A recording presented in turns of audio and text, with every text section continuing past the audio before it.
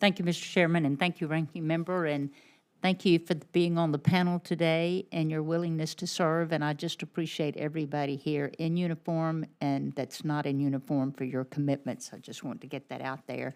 And I really appreciate the fact that in your FY25 budget, you included the Keesler Air Force Base tower.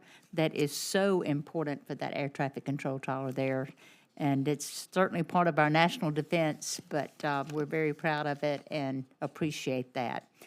And this is for those who want to answer that concern of mine, is how is the department ensuring that smaller but strategically essential installations such as those in Mississippi are not overlooked when it comes to long-term planning for necessary infrastructure upgrades and resource prioritization? Senator, thank you, and good morning.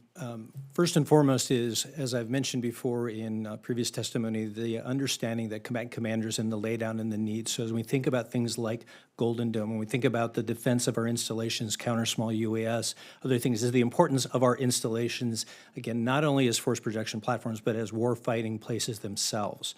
And so as we take that, the department's taking a comprehensive look at all of our locations to ensure that we are in the right locations at the right time, and making sure that we're making the proper investments to meet those there. And I know each of the services has their own determination of how that is important, but I assure you that we are taking that seriously as we look across the entire portfolio of our installations and their importance to what the future defense of our national security.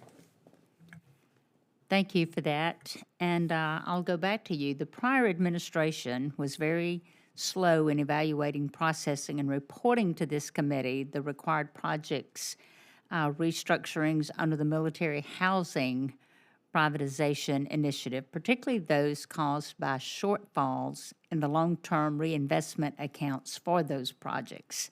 What is your team doing to expedite these evaluations and reports to this committee and OMB so that our service members can benefit from the much-needed improvements these restructurings will provide for them?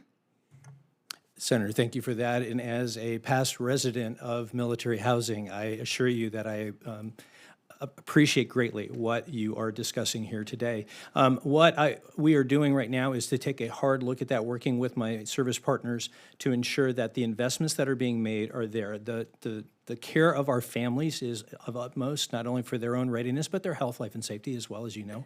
And so I wanted to make sure that we take a harder look at that, again, early into the job and diving deeper with each of the services to look at that. But I share your concerns and will continue to share with this committee what we learn and how we make improvements to the portfolio. That's very much appreciated, and I have no further questions.